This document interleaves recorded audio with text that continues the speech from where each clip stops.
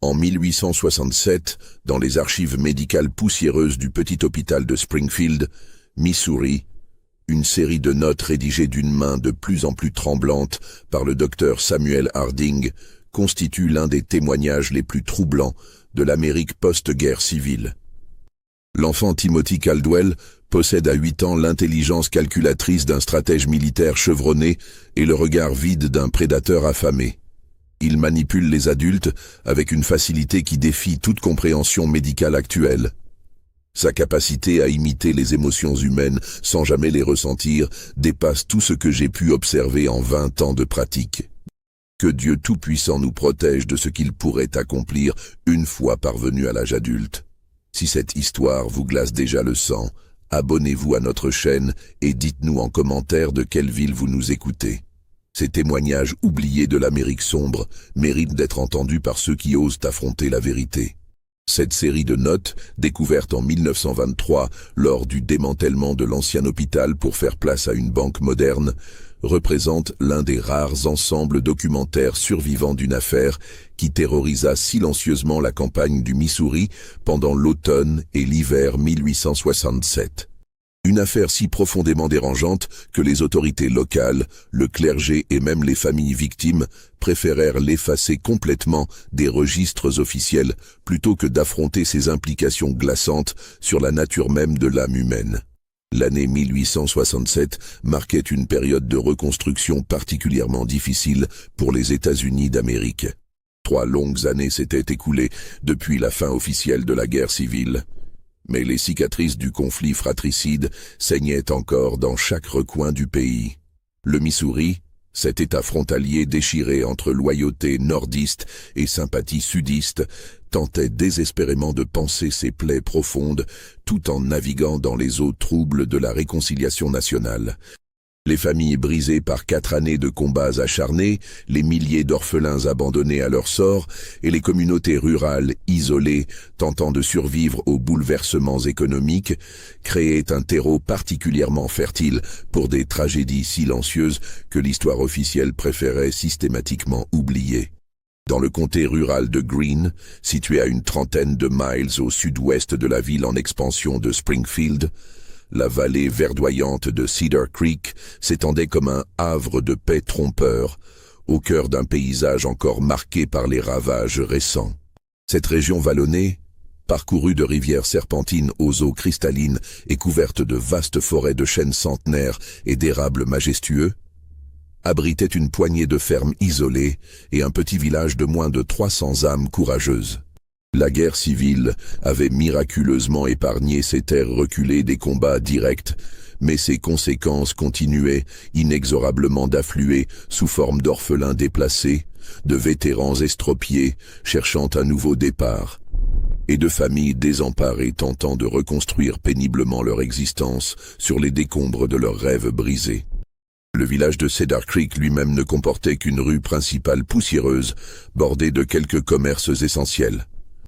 L'épicerie générale de Jonas Mitchell, un homme rond et jovial qui tenait également office de bureau de poste officieux, la forge de Wilhelm Schmidt, immigrant allemand, arrivé avant la guerre et respecté pour son travail méticuleux, l'école de bois blanc, où Miss Rebecca Thompson enseignait avec passion à une vingtaine d'enfants de tous âges, et l'église méthodiste où le révérend Josiah Parker prêchait chaque dimanche, devant une assemblée de fermiers au visage buriné par le travail et les intempéries. L'atmosphère générale du village respirait cette solidarité rustique et cette simplicité de mœurs caractéristiques de la frontière américaine, où chacun connaissait intimement son voisin et où les secrets, quand ils existaient, étaient partagés à voix basse, entre femmes, autour d'une tasse de café brûlant. C'est dans ce décor bucolique, apparemment préservé des turbulences du siècle, que vivaient Henry et Martha Caldwell, couple de fermiers respectés dans la quarantaine avancée. Leur vaste propriété, héritée du père d'Henry qui avait été l'un des premiers pionniers de la région dans les années 1830, s'étendait majestueusement sur 120 acres de prairies particulièrement fertiles, bordées par les méandres paresseux de Cedar Creek. La maison principale, construction solide de bois blanc à 2 étages dans le style colonial tardif, avait été bâtie dans les années 1840 selon les plans ambitieux du patriarche familial. Elle dominait fièrement un paysage soigneusement organisé de champs de maïs ondulant sous la brise, de pâturages verdoyants où paissaient paisiblement une trentaine de têtes de bétail de races sélectionnées et de vergers productifs plantés d'arbres fruitiers de diverses espèces. Henry Caldwell, homme robuste et méthodique aux cheveux prématurément grisonnants et aux mains calleuses par 40 années de labeur ininterrompu, gérait cette exploitation florissante avec la rigueur implacable et l'attention méticuleuse aux détails caractéristiques des descendants de pionniers. Sa journée commençait invariablement avant l'aube par une inspection complète de la propriété, suivie d'une planification précise des tâches quotidiennes adaptées aux saisons et aux conditions climatiques. Les voisins le respectaient pour sa parole donnée, sa générosité discrète envers les familles dans le besoin et sa capacité remarquable à faire prospérer ses terres même pendant les années les plus difficiles. Pourtant, derrière cette façade de force tranquille, Henry portait secrètement le poids d'une mélancolie sourde liée à l'absence d'héritier pour perpétuer l'œuvre familiale. Martha Caldwell, née Thompson et cousine éloignée de l'institutrice du village, était une femme d'une beauté fanée, mais encore perceptible, aux cheveux châtains striés de fils d'argent et aux yeux noisettes empreints d'une tristesse profonde qu'elle tentait vainement de dissimuler derrière un sourire perpétuellement bienveillant. Pieuse pratiquante et pilier discret de la communauté méthodiste locale, elle tenait sa maison avec un dévouement exemplaire qui masquait mal la souffrance secrète d'une maternité refusée par la Providence. Chaque dimanche, après le service religieux, elle s'attardait longuement dans le petit cimetière adjacent à l'église, s'agenouillant devant une tombe minuscule et anonyme où reposait l'unique enfant qu'elle avait porté 15 ans plus tôt, mort-né après un accouchement particulièrement difficile qui avait définitivement compromis ses espoirs de maternité future. Le couple n'avait donc jamais eu d'enfant survivant, épreuve cruelle qu'ils attribuaient avec résignation à la volonté insondable du Tout-Puissant, sans pour autant parvenir à accepter cette solitude imposée avec la sérénité chrétienne qu'ils affichaient publiquement.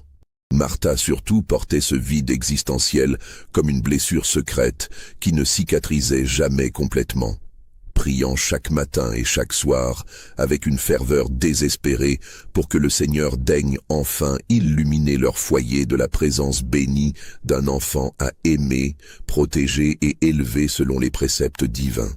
Cette prière quotidienne, murmurée dans le secret de sa chambre ou agenouillée dans l'intimité de sa petite chapelle personnelle aménagée dans le grenier, allait être exaucée d'une manière qu'elle n'aurait jamais pu imaginer dans ses cauchemars les plus sombres et les plus prémonitoires.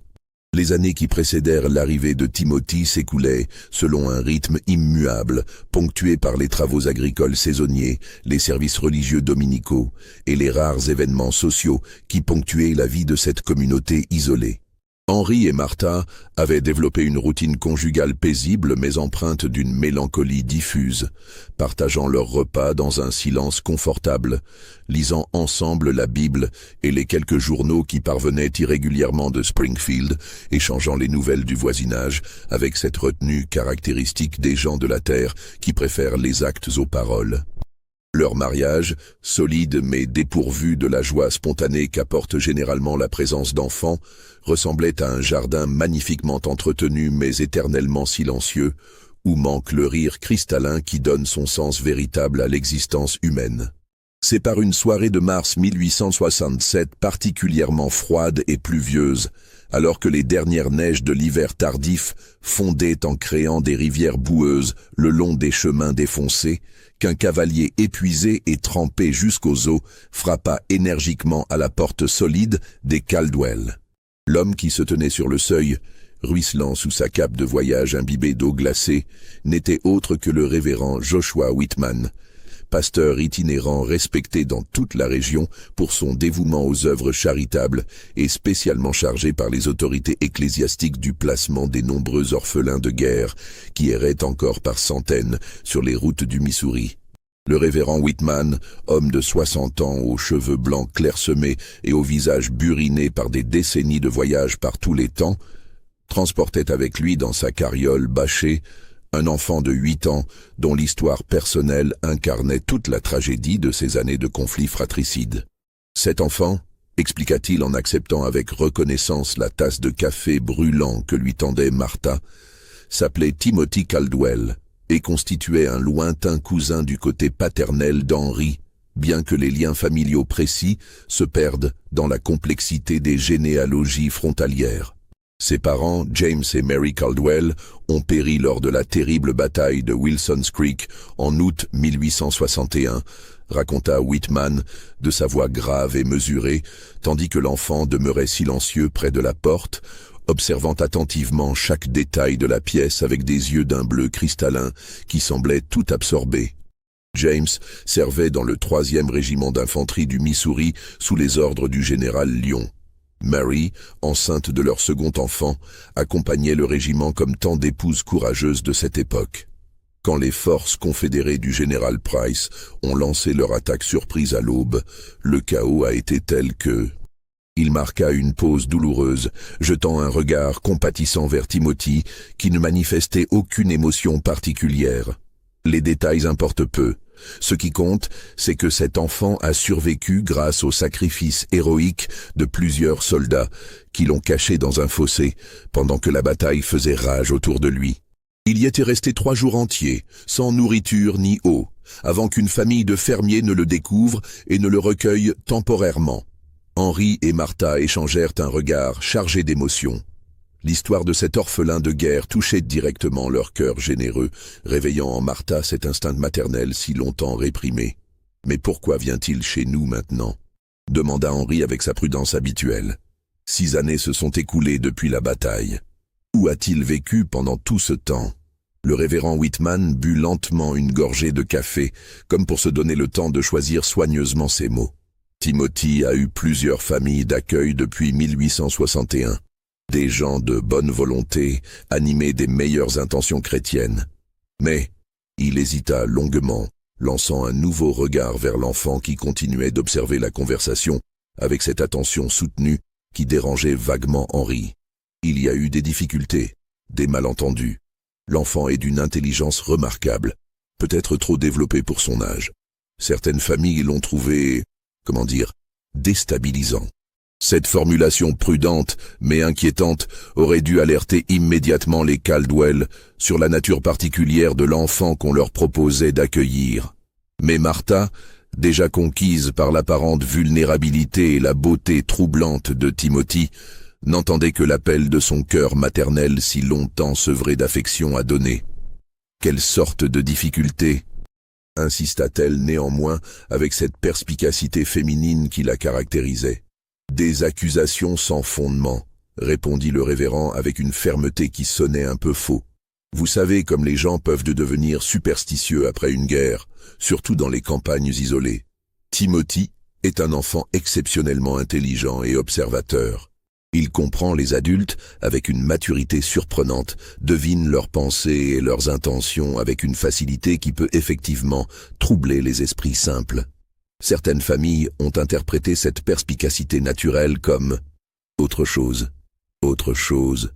répéta Henry, de plus en plus intrigué par les circonlocutions du pasteur. Des sottises, éluda Whitman d'un geste de la main. Des superstitions rurales. Il faut comprendre que Timothy a grandi trop vite, a vu trop de choses terribles pour son âge. La guerre, la mort de ses parents, l'instabilité de ses conditions de vie, tout cela a forgé chez lui une maturité précoce que certains jugent dérangeante. Mais au fond, c'est un enfant comme les autres, qui a simplement besoin de stabilité, d'affection constante, de racines profondes. Nous pensons que votre ferme, votre mode de vie paisible, votre foi solide pourront l'aider à retrouver une enfance normale.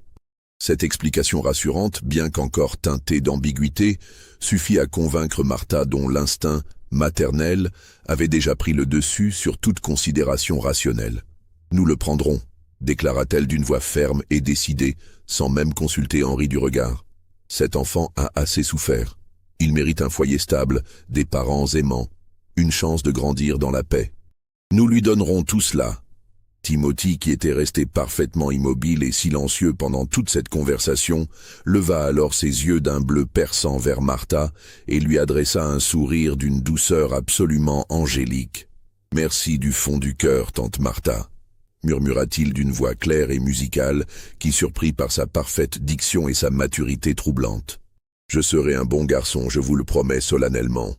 Je ne vous causerai jamais aucun souci. Tout ce que je désire, c'est avoir enfin une vraie famille qui m'aime. » Ces paroles, prononcées avec une sincérité apparente qui semblait venir du plus profond de l'âme, achevèrent définitivement de conquérir le cœur tendre de Martha. Henry, naturellement moins enclin aux élans sentimentaux et doté de cette méfiance instinctive des hommes de la terre face à l'inconnu, nota cependant plusieurs détails troublants dans le comportement de l'enfant. Timothy n'avait pas versé une seule larme en évoquant la mort tragique de ses parents, ne manifestait aucune émotion particulière face à ce nouvel abandon, et surtout, il observait chaque adulte présent avec une intensité calculatrice qui évoquait plus l'évaluation stratégique d'un joueur de poker expérimenté que la timidité naturelle d'un enfant de 8 ans placé dans une situation inconnue.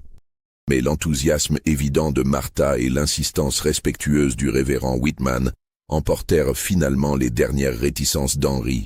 Comment refuser d'offrir un foyer à un orphelin de guerre, surtout quand ce geste pouvait enfin combler le vide qui rongeait leur existence conjugale depuis tant d'années? « D'accord », dit-il simplement de sa voix grave. « Timothy est le bienvenu dans notre famille. » Le révérend Whitman manifesta un soulagement si évident qu'Henry se demanda rétrospectivement s'il n'avait pas essuyé de nombreux refus avant d'arriver chez eux. Le pasteur bénit rapidement cette nouvelle union familiale, confia à Martha quelques vêtements de rechange et les maigres affaires personnelles de Timothy rassemblées dans un petit baluchon usé, puis repartit dans la nuit pluvieuse avec une hâte qui parut étrange au Caldwell. Plus tard, Henry réaliserait que Whitman semblait fuir plutôt que simplement poursuivre sa route pastorale. Les premières semaines de Timothy chez les Caldwell furent d'une perfection si totale qu'elle en devenait presque suspecte pour un observateur extérieur. L'enfant se révéla d'une intelligence absolument exceptionnelle, maîtrisant avec une rapidité stupéfiante non seulement les tâches élémentaires de la vie quotidienne à la ferme, mais démontrant également une capacité d'adaptation et d'apprentissage qui défiait toutes les normes habituelles du développement infantile. En moins d'une semaine, il connaissait parfaitement les noms de tous les animaux, leurs habitudes alimentaires, leurs besoins spécifiques et même les signes précurseurs de maladies que Henry avait mis des années à identifier. Timothy posait constamment des questions d'une précision remarquable sur le fonctionnement de l'exploitation agricole, les cycles saisonniers, les techniques de culture et d'élevage, les mécanismes de vente des récoltes au marché de Springfield. Ces interrogations révélaient une compréhension intuitive des enjeux économiques et pratiques qui auraient impressionné chez un adolescent et qui, chez un enfant de 8 ans, tenait du prodige intellectuel.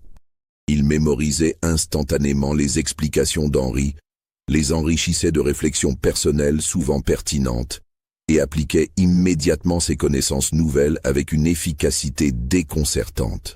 Martha vivait littéralement dans un état de béatitude permanente. Après 15 années de maternité frustrée, elle avait enfin un fils à choyer, dorloté, éduqué selon ses rêves les plus chers. Elle passait des heures à confectionner de nouveaux vêtements adaptés à la taille de Timothy, utilisant les plus beaux tissus qu'elle avait conservés précieusement dans l'espoir d'un jour les destiner à sa progéniture. Elle lui enseignait la lecture et l'écriture avec des méthodes pédagogiques qu'elle improvisait mais qui se révélaient remarquablement efficaces, découvrant avec émerveillement que Timothy assimilait les leçons plus vite qu'elle ne pouvait les concevoir. Chaque soir, après le souper familial désormais animé par la présence de l'enfant, Martha installait Timothy dans le petit lit en bois massif qu'Henry avait fabriqué dans la chambre adjacente à la leur, et lui racontait des histoires tirées de la Bible ou de son imagination fertile. Timothy écoutait avec une attention soutenue qui touchait profondément sa mère adoptive, posait des questions intelligentes sur les récits bibliques et remerciait toujours poliment pour ces moments de tendresse partagés avant de s'endormir paisiblement avec un sourire d'ange sur les lèvres. Pourtant, malgré cette adaptation apparemment parfaite, Henry commençait à percevoir des nuances troublantes dans le comportement quotidien de Timothy. L'enfant ne se comportait jamais spontanément comme un garçon de 8 ans normal.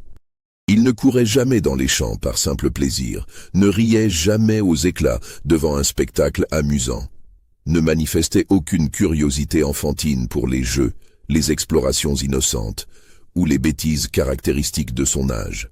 Tous ses gestes étaient mesurés, toutes ses paroles soigneusement réfléchies, toutes ses réactions émotionnelles parfaitement appropriées aux circonstances mais dépourvues de cette spontanéité joyeuse qui fait le charme naturel de l'enfance. Plus dérangeant encore, Henry remarquait que Timothy l'observait constamment avec une intensité déplacée. Quand Martha ne se trouvait pas dans les parages, l'enfant fixait Henry avec une attention clinique qui évoquait plus l'étude scientifique d'un spécimen que l'affection filiale naissante. Timothy semblait analyser systématiquement les réactions d'Henry face à différentes situations, noter mentalement ses habitudes, ses préférences, ses points faibles, comme s'il dressait un inventaire psychologique complet de son père adoptif, dans un but indéterminé mais vaguement inquiétant. Cette impression désagréable atteignit son paroxysme un matin de juin particulièrement chaud, quand Henry découvrit dans la grange une scène qui allait le hanter dans ses cauchemars pendant des années. Timothy était accroupi près de Ginger, le vieux chat roux de la ferme qui avait été blessé la veille par un coup de sabot accidentel d'une jument nerveuse. L'enfant semblait en train de soigner l'animal, manipulant délicatement sa patte arrière enflée avec des gestes apparemment compatissants. Mais en s'approchant discrètement pour observer cette scène touchante, Henry réalisa avec horreur que Timothy avait en réalité méthodiquement brisé les autres pattes intactes du chat, et tentait maintenant de les remettre en place, observant avec une fascination scientifique pure les réactions de douleur de l'animal agonisant. Le chat, épuisé par la souffrance, ne pouvait plus que gémir faiblement, ses yeux vitreux fixés sur l'enfant qui continuait ses expérimentations avec le sérieux concentré d'un anatomiste étudiant un cadavre. « Qu'est-ce que tu fais, Timothy » demanda Henry d'une voix étranglée par l'émotion. L'enfant leva vers lui un visage d'une innocence parfaite, sans trace de culpabilité ni de conscience d'avoir commis un acte répréhensible. « Je voulais comprendre comment ça fonctionne, oncle Henry, » expliqua-t-il de sa voix claire et posée, comme s'il discutait du temps qu'il ferait le lendemain. Comment les os se cassent, comment ils se réparent, pourquoi la douleur fait réagir les animaux de cette façon particulière. J'ai pensé que si je comprenais bien le mécanisme, je pourrais mieux aider les bêtes blessées à l'avenir. C'est utile, non ? Cette explication, prononcée avec une logique apparemment imparable et une sincérité qui semblait authentique, glaça Henry plus profondément que n'importe quelle manifestation de cruauté délibérée. Timothy ne paraissait pas comprendre qu'il avait torturé un animal innocent. Il avait simplement mené une expérience qu'il jugeait instructive, sans aucune conscience de la souffrance infligée, ni du caractère moralement répugnant de ses actes. Henry, profondément bouleversé, fit disparaître le chat agonisant en l'abattant discrètement d'un coup de hache, puis tenta d'expliquer à Timothy pourquoi on ne devait jamais faire souffrir les animaux, même dans un but prétendument scientifique. L'enfant l'écouta avec l'attention respectueuse qu'il manifestait toujours envers les adultes, hocha gravement la tête pour signifier sa compréhension, et présenta des excuses qui semblaient parfaitement sincères pour cette erreur de jugement qu'il promettait solennellement de ne jamais répéter. Mais Henry avait vu cette lueur froide dans les yeux bleus de Timothy pendant qu'il expliquait son expérience. Cette absence totale d'empathie, cette incapacité fondamentale à comprendre la souffrance d'autrui comme quelque chose de moralement significatif. Cette curiosité purement intellectuelle pour les mécanismes de la douleur et de la mort, qui dépassait largement les questions innocentes d'un enfant normal sur les mystères de l'existence. Le fermier passa plusieurs nuits blanches à se torturer l'esprit, se demandant s'il devait partager ses inquiétudes avec Martha. Comment expliquer à une femme qui venait enfin de goûter aux joies de la maternité que l'enfant qu'elle chérissait plus que sa propre vie pourrait être fondamentalement différent des autres êtres humains?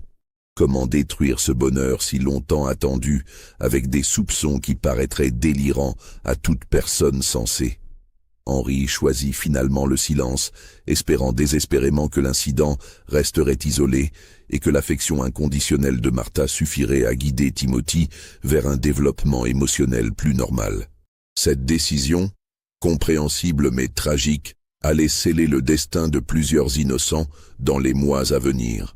L'été 1867 apporta avec lui les premières chaleurs étouffantes caractéristiques du Missouri et, plus inquiétant, les premières vraies tragédies qui allaient progressivement transformer l'atmosphère paisible de Cedar Creek en climat de suspicion sourde et d'angoisse diffuse. En juillet, par une après-midi particulièrement caniculaire où la campagne entière semblait assommée par la température accablante, la petite Emily Watson, fillette de 4 ans aux boucles blondes et au rire cristallin, disparut mystérieusement pendant qu'elle jouait près de la rivière sous la surveillance supposée de sa grande sœur de 12 ans. Emily était la fille cadette de Robert et Sarah Watson, couple de fermiers installés sur une propriété adjacente à celle des Caldwell. Fillette particulièrement éveillée et débrouillarde pour son âge, elle connaissait parfaitement tous les dangers de la rivière et savait nager avec une aisance remarquable depuis ses 3 ans.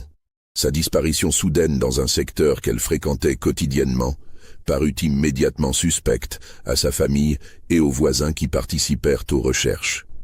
Pendant 3 jours entiers, toute la communauté de Cedar Creek se mobilisa pour retrouver Emily. Hommes, femmes et enfants ratissèrent systématiquement chaque buisson, chaque recoin de la forêt, chaque méandre de la rivière sur plusieurs milles à la ronde. Timothy Caldwell participa activement à ces recherches avec un dévouement exemplaire qui impressionna tous les adultes présents. Il suggérait des endroits à explorer, consolait la mère éplorée avec des paroles d'une sagesse touchante, organisait même spontanément les autres enfants du village pour qu'ils participent efficacement aux battues. Timothy est un garçon exceptionnel, confia Sarah Watson à Martha pendant une pause dans les recherches. Il a une maturité et une compassion rares chez un enfant de son âge. Vous pouvez être fier de lui. Ces compliments réchauffèrent le cœur de Martha, qui voyait dans l'attitude héroïque de Timothy la confirmation que son instinct maternel ne l'avait pas trompé en accueillant cet enfant dans leur foyer. Henri, plus observateur, remarquait cependant que Timothy semblait connaître avec une précision troublante les habitudes d'Emily, ses jeux favoris, ses cachettes secrètes, alors qu'à sa connaissance, les 2 enfants n'avaient eu que peu d'occasions d'interaction depuis son arrivée à la ferme. Emily fut finalement découverte noyée dans un bassin naturel relativement peu profond, situé à environ 1 mille en amont de son lieu de disparition. Les circonstances de sa mort parurent immédiatement étranges au shérif local, un homme expérimenté nommé Daniel Crawford. L'enfant savait parfaitement nager et connaissait intimement tous les dangers de ce secteur de rivière qu'elle fréquentait depuis sa plus tendre enfance. De plus, pour atteindre ce bassin isolé, Emily aurait dû remonter le courant pendant plus d'1 heure, traverser des zones difficiles d'accès pour une fillette de 4 ans et abandonner sans raison apparente ses jeux habituels près de la maison familiale. L'autopsie rudimentaire, pratiquée par le docteur Samuel Harding, récemment arrivé de Springfield et seul médecin qualifié de la région, révéla des ecchymoses suspectes sur les bras et les épaules d'Emily, compatibles avec une immobilisation forcée, but pouvant également résulter d'une chute accidentelle sur les rochers glissants du bassin. Le docteur Harding, homme de science formé dans les meilleures universités de l'Est, examina méticuleusement tous les éléments disponibles avant de rendre ses conclusions.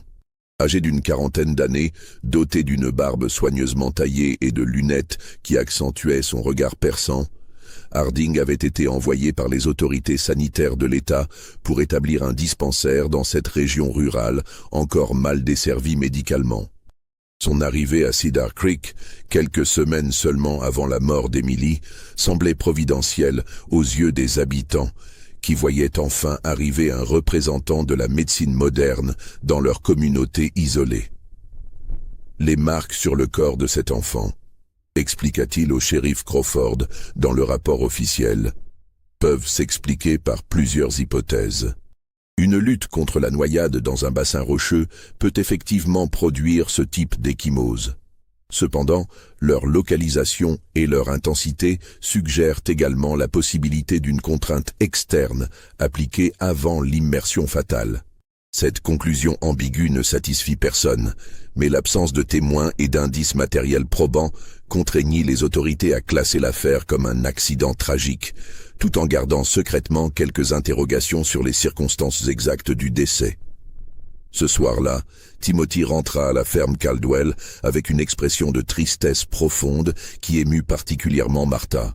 « C'était terrible, tante Martha », raconta-t-il de sa voix claire en s'asseyant près du poêle, ses vêtements encore humides des recherches. Elle criait si fort dans l'eau. J'ai essayé de l'aider, mais j'étais trop petit, trop faible. Si seulement j'avais été plus grand, plus fort, peut-être que j'aurais pu la sauver. Ses yeux bleus brillaient d'une émotion qui semblait authentique, et Martha serra instinctivement l'enfant contre son cœur maternel, émue par sa détresse apparente et sa générosité naturelle qui l'avait poussé à risquer sa propre sécurité pour tenter de secourir Emily. « Tu as fait tout ton possible, mon chéri », murmura-t-elle en caressant ses cheveux bouclés. « Personne ne peut t'en demander davantage. Tu as un cœur d'or. » Henry, observant cette scène depuis le seuil de la cuisine, remarqua plusieurs détails qui l'intriguèrent profondément. Timothy ne tremblait pas malgré l'émotion qu'il exprimait, ne versait aucune larme réelle malgré sa tristesse apparente. Plus troublante encore, son récit contenait des détails précis sur les derniers moments d'Emily Watson. Ses cris, sa lutte dans l'eau, ses tentatives désespérées pour regagner la rive, que personne d'autre ne pouvait connaître puisque, selon toutes les versions officielles, aucun témoin n'avait assisté à la noyade.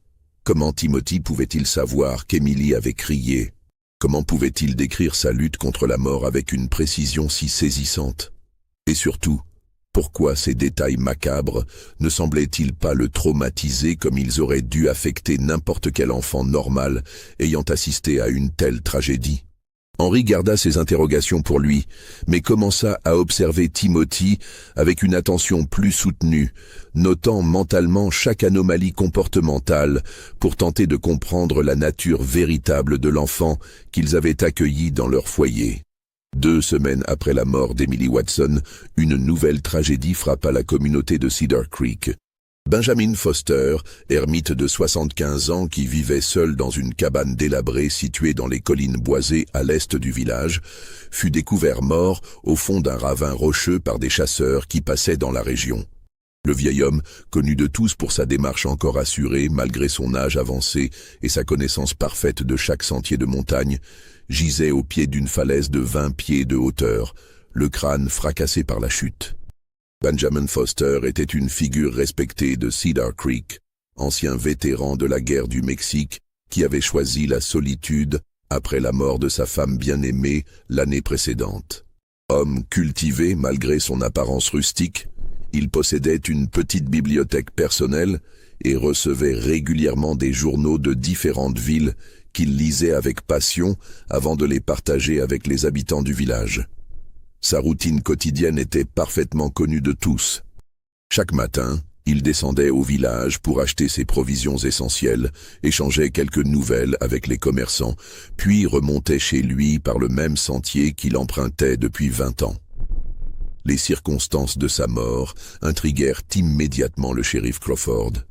Foster connaissait parfaitement chaque pierre de ce sentier qu'il avait parcouru des milliers de fois. De plus, les traces retrouvées sur les lieux suggéraient qu'il s'était écarté de son itinéraire habituel pour s'approcher dangereusement du bord de la falaise. Comportement totalement atypique chez un homme aussi prudent et méthodique. L'enquête révéla que Timothy Caldwell avait rendu visite au vieil homme la veille de sa mort, fait qu'il mentionna spontanément aux enquêteurs avec cette honnêteté transparente qui le caractérisait. Tante Martha avait préparé des confitures de mûres, expliqua-t-il avec cette diction parfaite qui surprenait toujours les adultes.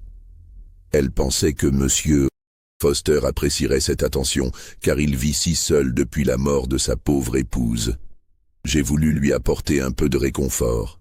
Cette initiative généreuse émut profondément Martha, qui y vit la preuve supplémentaire de la bonté naturelle de Timothy et de l'éducation morale qu'elle s'efforçait de lui transmettre. Il était si reconnaissant, continua Timothy avec une expression de compassion touchante. Il m'a raconté des histoires fascinantes de la guerre contre le Mexique, de ses jeunes années d'aventure, de sa rencontre avec sa défunte épouse. Mais il avait l'air si fatigué, si mélancolique. Il m'a dit plusieurs fois qu'il avait hâte de rejoindre sa Martha au paradis. Ces étaient ses propres mots. Ces paroles innocentes prirent une résonance particulièrement sinistre quand on apprit par d'autres sources que Foster avait effectivement sombré dans une dépression profonde depuis la mort de sa femme et évoquait régulièrement son désir de la rejoindre dans l'éternité. Timothy semblait posséder une capacité troublante à identifier instinctivement les faiblesses psychologiques des gens, leurs souffrances secrètes, leurs désirs inavoués de mort ou d'évasion. Henry commençait à établir des connexions que sa raison refusait obstinément d'accepter. À chaque tragédie récente, Timothy se trouvait dans les parages. À chaque mort suspecte, l'enfant offrait une explication parfaitement plausible, exprimait exactement l'émotion appropriée aux circonstances et montrait une maturité remarquable face au malheur d'autrui. Mais Henry surprenait parfois dans ses yeux cette lueur froide qu'il avait remarquée lors de l'incident avec le chat torturé. Une lueur de satisfaction secrète, de fascination morbide soigneusement dissimulée sous des dehors compatissants. Le mois d'août apporta une nouvelle catastrophe qui acheva de transformer l'atmosphère de Cedar Creek en climat de peur sourde et de suspicion généralisée. Sarah Mitchell, fillette de 6 ans particulièrement vive et débrouillarde, fille unique de Thomas et Rebecca Mitchell qui tenaient l'épicerie générale du village, disparue par une chaude après-midi d'été alors qu'elle jouait dans le jardin familial situé juste derrière le magasin. La disparition de Sarah déclencha la plus importante mobilisation jamais vue dans l'histoire de Cedar Creek. Non seulement tous les habitants du village et des fermes environnantes participèrent aux recherches, mais le shérif Crawford fit appel à des renforts de Springfield et même à des groupes de volontaires venus des comtés voisins. Pendant une semaine entière, plus de 200 personnes ratissèrent systématiquement chaque pouce carré de territoire dans un rayon de 10 000 autour du village. Timothy Caldwell se distingua une fois de plus par son dévouement exemplaire à la cause. Il organisa spontanément les enfants du village en équipe de recherche, suggéra des endroits inexplorés ou cherchés, apporta nourriture et réconfort aux familles épuisées par l'angoisse. Son comportement héroïque impressionna tellement les adultes que plusieurs habitants proposèrent officiellement au conseil municipal de lui décerner une médaille de bravoure civique une fois Sarah retrouvée. « Ce garçon a une âme de saint », déclara publiquement le révérend Parker du haut de sa chaire dominicale. « Il nous montre l'exemple de ce que devrait être la charité chrétienne en action. Les Caldwell peuvent être fiers d'élever un enfant d'une telle qualité morale. » Ces louanges publiques comblaient Martha de bonheur et de fierté maternelle. Henry, cependant, continuait d'observer Timothy avec cette méfiance instinctive qui grandissait de jour en jour. L'enfant semblait connaître avec une précision troublante les habitudes de Sarah Mitchell, ses jeux favoris, ses cachettes secrètes dans le village, ses peurs et ses désirs. Comment avait-il acquis une connaissance si intime de la fillette, alors qu'Henry ne se souvenait d'aucune interaction particulière entre eux? Plus inquiétant encore, Timothy proposait constamment de nouveaux secteurs à explorer, comme s'il possédait une carte mentale complète de tous les endroits où une enfant perdue pourrait se trouver. Ces suggestions se révélaient souvent pertinentes, ce qui augmentait encore sa réputation de perspicacité exceptionnelle. Mais Henry se demandait comment un garçon de 8 ans, arrivé récemment dans la région, pouvait connaître le territoire mieux que des adultes qui y vivaient depuis des décennies. Sarah Mitchell fut finalement découverte dans un puits abandonné situé à plus de 3000 du village, dans une zone boisée particulièrement isolée que peu d'habitants fréquentaient régulièrement. L'enfant était morte noyée, mais les circonstances de sa présence dans ce lieu reculé demeuraient totalement mystérieuses. Comment une fillette de 6 ans avait-elle pu parcourir une telle distance à travers bois sans que personne ne la voie? Pourquoi avait-elle abandonné ses jeux habituels dans le jardin familial pour entreprendre une expédition aussi périlleuse? Et surtout, comment avait-elle fini par tomber dans un puits qu'elle ne pouvait pas connaître et dont l'accès était normalement bloqué par une couverture de planches pourries? L'enquête du shérif Crawford ne put établir aucune explication satisfaisante. Les traces autour du puits étaient trop confuses pour être interprétées avec certitude, et l'état de décomposition du corps rendait impossible toute analyse médicale précise des circonstances de la mort. Une fois de plus, les autorités se résignèrent à classer l'affaire comme un accident tragique, tout en conservant des doutes secrets sur la réalité des faits. Le détail le plus troublant de toute cette affaire était que Timothy avait été le premier à suggérer de concentrer les recherches dans la zone exacte où Sarah fut finalement découverte. « J'ai pensé qu'elle pourrait être attirée par les vieux puits », avait-il expliqué avec cette logique imparable qui le caractérisait. Les enfants sont curieux de ce genre d'endroit mystérieux, et celui-ci est assez proche du village pour qu'une petite fille courageuse puisse l'atteindre. Cette intuition remarquable fut universellement saluée comme la preuve de l'intelligence exceptionnelle de Timothy et de sa capacité naturelle à comprendre la psychologie enfantine. Mais Henry se demandait comment Timothy pouvait connaître l'existence de ce puits abandonné et isolé, et surtout, pourquoi il semblait si certain que Sarah s'y trouvait alors que des dizaines d'adultes expérimentés n'y avaient pas pensé spontanément. L'arrivée officielle du Dr Samuel Harding comme médecin résident permanent de Cedar Creek au début de septembre 1867 marqua un tournant décisif dans l'évolution de cette série de tragédies inexpliquées. Mandaté par les autorités sanitaires de l'État du Missouri pour établir un dispensaire dans cette région encore mal desservie médicalement, Harding apportait avec lui non seulement les dernières connaissances en médecine légale et en pathologie, mais également une approche rigoureusement scientifique des phénomènes inexpliqués qui contrastait radicalement avec l'empirisme traditionnel des praticiens ruraux. Le docteur Harding, diplômé de Harvard Medical School et formé aux méthodes d'investigation les plus modernes développées en Europe, avait été spécialement choisi pour ce poste en raison de sa réputation d'excellence dans les cas difficiles et de sa capacité à élucider des mystères médicaux que ses confrères moins qualifiés abandonnaient généralement comme insolubles.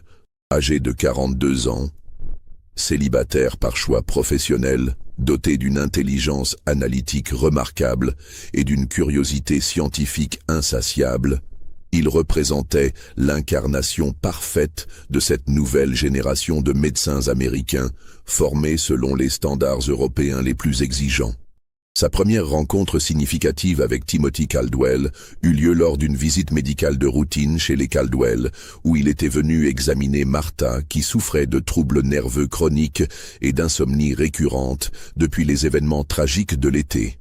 L'enfant se présenta avec cette politesse parfaite qui le caractérisait, offrit spontanément de porter la lourde sacoche médicale du docteur et engagea immédiatement une conversation d'une maturité surprenante sur les aspects techniques de la profession médicale. « Vous devez observer beaucoup de morts dans votre travail, Dr Harding », déclara Timothy de sa voix claire et posée, avec cette curiosité intellectuelle qui impressionnait généralement les adultes. Cela doit être absolument fascinant de comprendre précisément pourquoi les gens cessent de vivre, comment leurs corps réagissent aux différentes causes de décès. Est-ce que vous pouvez toujours déterminer avec certitude ce qui s'est passé exactement? Cette question, remarquablement sophistiquée dans la bouche d'un enfant de 8 ans, mais dérangeante par son contenu morbide, alerta immédiatement l'instinct professionnel du docteur Harding. En tant que médecin formé à l'observation clinique minutieuse, il nota instantanément plusieurs anomalies dans le comportement et l'expression de Timothy. L'absence totale d'émotions spontanées dans sa curiosité pour la mort, la précision technique de ses questions, et surtout cette lueur d'intérêt purement intellectuel dans ses yeux quand il évoquait la souffrance humaine. Intrigué par cette rencontre troublante, Harding entreprit d'observer Timothy avec l'attention méthodique qu'il réservait habituellement à ses cas médicaux les plus complexes et mystérieux. Au cours des semaines suivantes, il multiplia les prétextes pour rendre visite à la ferme Caldwell, prétextant des contrôles médicaux de routine pour Martha ou des consultations vétérinaires pour le bétail. Mais en réalité, pour étudier discrètement le comportement quotidien de cet enfant qui éveillait chez lui une curiosité scientifique grandissante. Ce qu'il découvrit au fil de ses observations systématiques le remplit d'une inquiétude croissante et d'une fascination morbide pour un phénomène qu'aucune de ses études médicales antérieures ne l'avait préparé à comprendre. Timothy était indéniablement intelligent, probablement même surdoué selon les critères habituels d'évaluation intellectuelle. Il maîtrisait la lecture et l'écriture avec une aisance qui dépassait celle de la plupart des adolescents, comprenait des concepts mathématiques et logiques d'un niveau remarquable pour son âge, et possédait une mémoire prodigieuse, capable de retenir et de restituer les informations les plus complexes avec une précision absolue. Mais Harding identifiait également des anomalies comportementales profondément troublantes qui remettaient en question toutes ses connaissances sur le développement psychologique normal de l'enfance. Timothy manifestait une absence totale d'empathie spontanée envers la souffrance d'autrui, humaine ou animale. Il pouvait observer la douleur, la détresse, l'agonie avec un détachement clinique absolu, comme s'il étudiait un phénomène purement scientifique dépourvu de toute dimension émotionnelle ou morale. Plus troublant encore, l'enfant possédait une capacité extraordinaire à imiter parfaitement les émotions appropriées à chaque situation sociale sans jamais les ressentir réellement. Il pouvait exprimer la tristesse, la compassion, la joie, la colère avec une authenticité apparente qui trompait complètement les adultes non avertis. Mais Harding, formé à l'observation médicale, détectait l'artificialité fondamentale de ces manifestations émotionnelles. Timothy jouait constamment un rôle, adaptant son comportement aux attentes de son auditoire, avec la maîtrise consommée d'un acteur professionnel. Fasciné par cette découverte exceptionnelle, le docteur Harding entreprit une série d'expérimentations discrètes pour tester les réactions psychologiques de Timothy face à différents stimuli émotionnels. S'inspirant des travaux pionniers de Philippe Pinel et de Jean-Étienne Esquirol sur l'aliénation mentale, ainsi que des récentes recherches européennes sur les anomalies comportementales, il développa des protocoles d'observation rudimentaires mais novateurs pour évaluer scientifiquement les capacités empathiques et morales de l'enfant. Les résultats de ces tests informels étaient profondément dérangeants.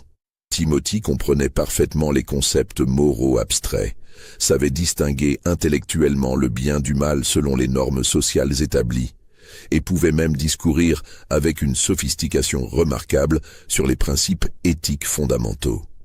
Mais il semblait totalement incapable de ressentir la moindre culpabilité authentique, la moindre compassion spontanée, ou le moindre remords face aux conséquences douloureuses de ses actes sur autrui. Il existe peut-être, écrivit Harding dans ses notes privées rédigées en latin pour préserver leur confidentialité, des individus chez qui certaines composantes de l'âme humaine ne se développent jamais, indépendamment de l'éducation reçue, de l'environnement familial ou des influences sociales. Comme si les mécanismes neurologiques responsables de l'empathie et de la conscience morale étaient simplement absents dès la naissance, créant des êtres humains d'apparence normale mais fondamentalement dépourvus d'humanité véritable. Cette hypothèse révolutionnaire, qui anticipait de plusieurs décennies les découvertes de la psychiatrie moderne sur la psychopathie, bouleversait profondément les convictions scientifiques et religieuses du docteur Harding. Comment concilier l'existence de tels individus avec les croyances chrétiennes traditionnelles sur la nature fondamentalement bonne de l'âme humaine ? Comment expliquer l'absence apparente de conscience morale chez un enfant élevé dans un environnement familial aimant et moralement irréprochable? En octobre 1867, les soupçons croissants de Harding se précisèrent dramatiquement quand il découvrit par hasard que Timothy tenait secrètement un journal personnel détaillé, soigneusement dissimulé dans une cachette aménagée sous les combles du grenier de la ferme Caldwell. Ce journal, rédigé dans une écriture soignée et mature qui contrastait avec l'âge de son auteur, constituait un document d'une importance capitale pour comprendre le fonctionnement mental réel de l'enfant. L'accès à ce journal se fit de manière fortuite lors d'une visite médicale prolongée chez les Caldwell. Martha souffrait d'une migraine particulièrement sévère qui nécessitait un traitement au laudanum, et Henry était absent pour des travaux urgents au champ. Timothy, feignant une soudaine fatigue, s'était retiré dans sa chambre pour une sieste inhabituelle. Harding, profitant de cette opportunité rare, avait discrètement exploré les parties hautes de la maison, sous prétexte de vérifier la qualité de l'air dans les combles, problème médical fréquent dans les constructions rurales de cette époque. C'est ainsi qu'il découvrit la cachette ingénieuse aménagée par Timothy. Une lame de plancher mobile dissimulée sous un tas de vieux journaux et accessible uniquement à quelqu'un connaissant son mécanisme secret d'ouverture. Le journal lui-même, relié artisanalement dans du cuir de fabrication domestique, contenait plus de 100 pages d'observations minutieuses rédigées avec la régularité et la méthode d'un scientifique professionnel. Le contenu de ce document secret dépassa les pires appréhensions du docteur Harding. Timothy y consignait avec une précision clinique toutes ses observations sur les habitants de Cedar Creek, leurs habitudes quotidiennes, leurs faiblesses psychologiques, leurs peurs secrètes, leurs désirs inavoués, leur vulnérabilité physique et émotionnelle. Chaque résident du village faisait l'objet d'une fiche détaillée où l'enfant analysait méthodiquement les moyens de les influencer, de les manipuler ou de leur nuire efficacement. Plus troublant encore, Timothy décrivait avec un détachement scientifique absolu les incidents survenus pendant l'été. La noyade d'Emily Watson, la chute mortelle de Benjamin Foster, la disparition de Sarah Mitchell. Ces récits, rédigés à la première personne avec une précision technique saisissante, ne constituaient pas exactement des aveux directs, mais contenaient des détails que seul l'auteur ou un témoin direct des tragédies pouvait connaître. Une page particulièrement horrifiante était consacrée à des dessins anatomiques d'une précision remarquable, représentant différentes méthodes pour provoquer la mort en simulant des accidents. Timothy avait annoté chaque illustration avec des commentaires techniques sur l'efficacité des diverses approches, leur probabilité de succès et leur capacité à tromper les enquêtes officielles. Le plus effrayant dans ces annotations était leur ton absolument neutre, dépourvu de toute émotion, comme si l'enfant rédigeait un manuel technique sur l'entretien des machines agricoles. La dernière section du journal, datée de la semaine précédente, contenait des projets d'études pour l'automne à venir. Timothy y planifiait méthodiquement de nouvelles expérimentations sur le comportement humain face à la peur, à la douleur et à la mort. Il avait déjà sélectionné plusieurs sujets d'observation parmi les habitants les plus vulnérables de Cedar Creek, analysant leur routine quotidienne et leurs faiblesses exploitables avec la minutie d'un prédateur étudiant ses proies futures. Le docteur Harding referma ce document maudit avec des mains tremblantes, réalisant qu'il venait de découvrir la preuve irréfutable de l'existence d'un phénomène médical totalement inédit dans son expérience professionnelle.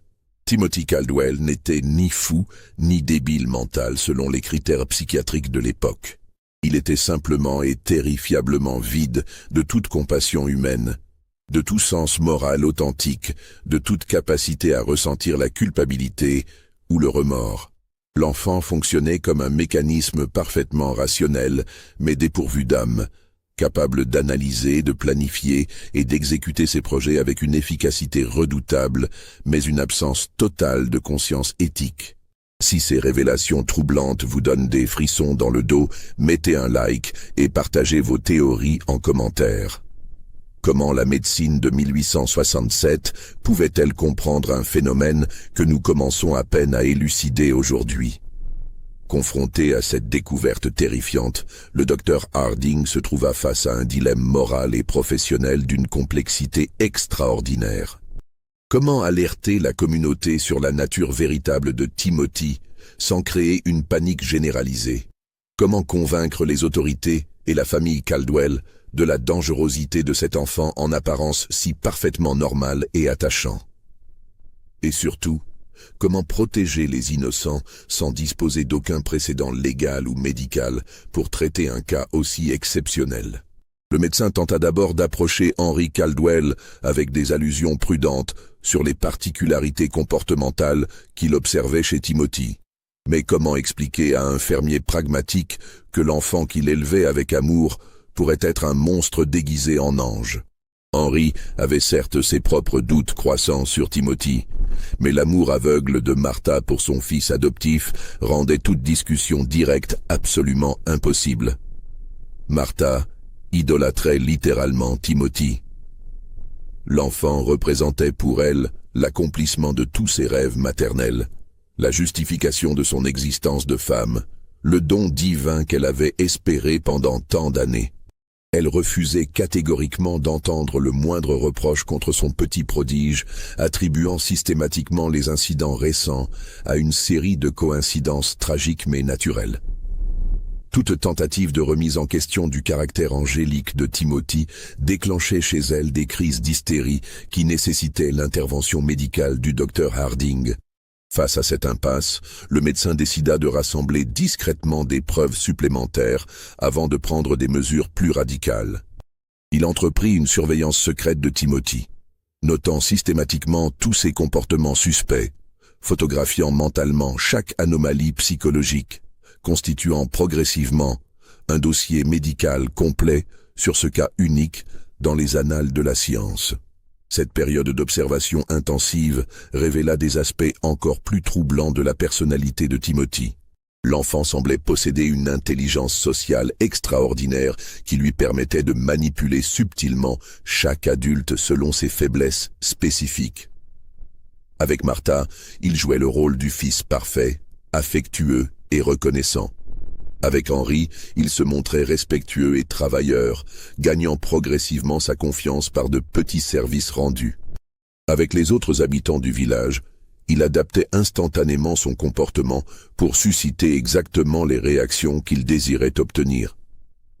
Plus inquiétant encore, Timothy commençait à manifester des signes d'impatience face à la lenteur des événements intéressants dans la communauté.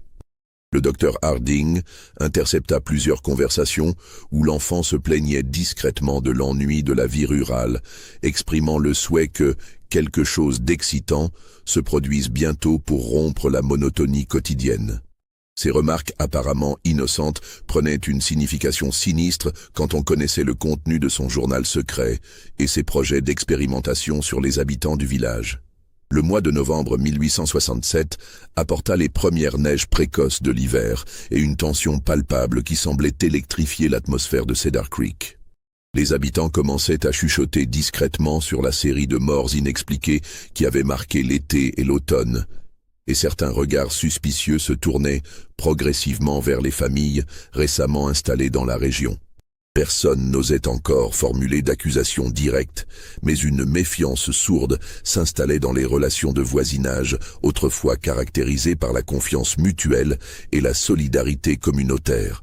Timothy, avec son intelligence précoce et sa capacité remarquable à décrypter les subtilités de la psychologie humaine, sentait parfaitement cette évolution de l'atmosphère sociale.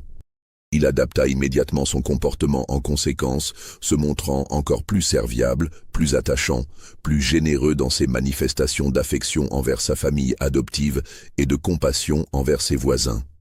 Il multipliait les gestes spontanés de bonté qui attendrissaient Martha et déstabilisaient psychologiquement ses détracteurs potentiels.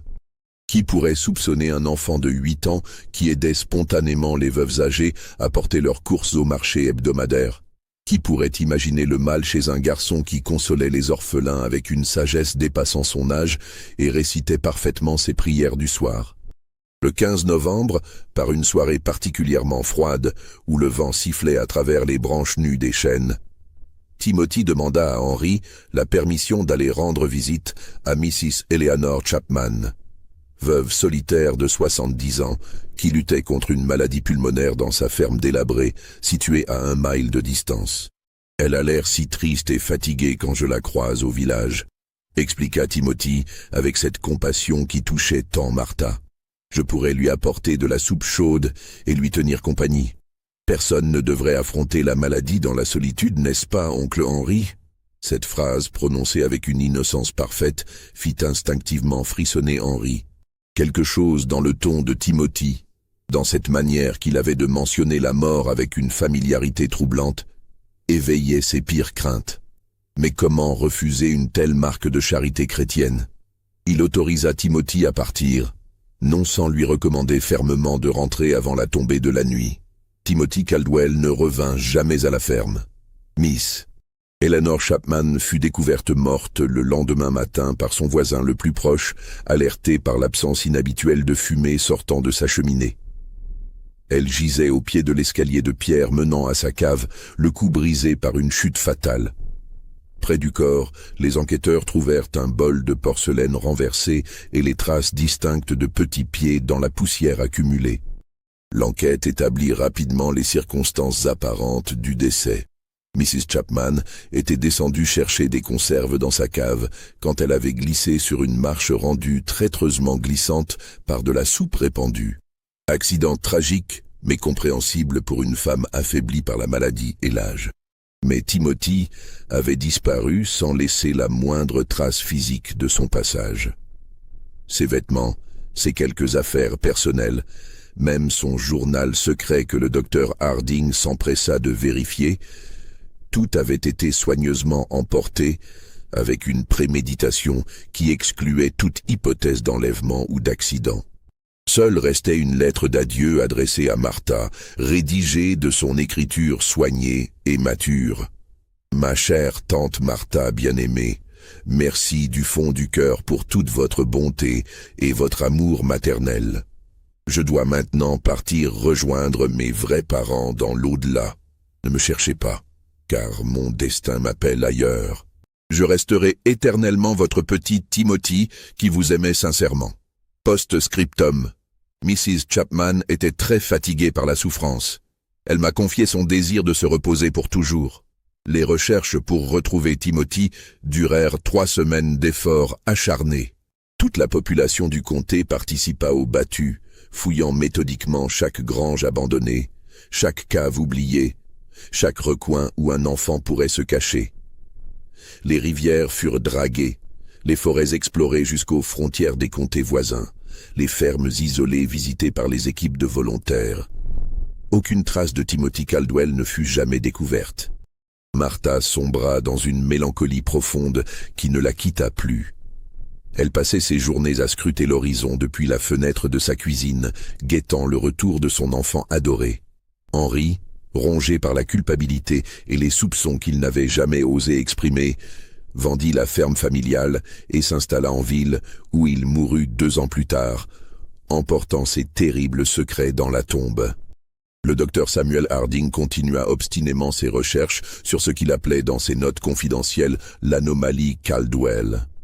Il correspondit avec des collègues européens, consulta les travaux les plus avancés sur l'aliénation mentale, tenta de définir scientifiquement ce phénomène inédit qu'il avait observé chez Timothy.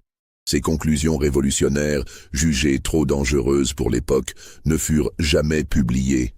Ses archives privées constituèrent l'un des premiers témoignages médicaux sur ce que la psychiatrie moderne identifierait un siècle plus tard comme la psychopathie infantile. Mais l'histoire de Timothy ne s'arrêta pas à Cedar Creek. Dans les années qui suivirent, des rapports troublants commencèrent à parvenir de différentes régions.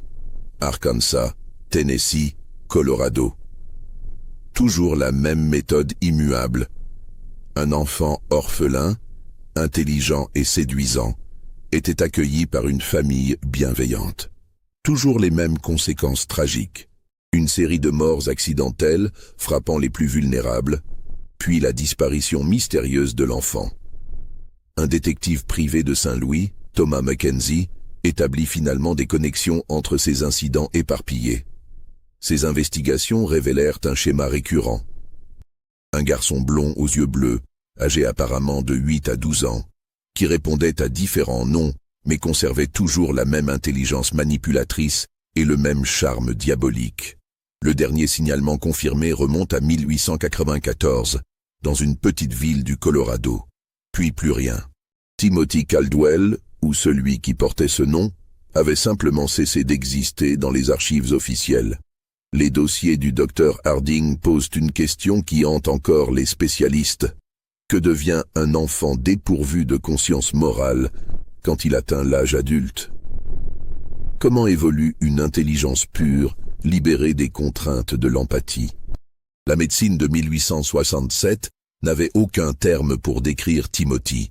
Cette ignorance lui permit de prospérer, de s'adapter, d'apprendre à dissimuler parfaitement sa vraie nature.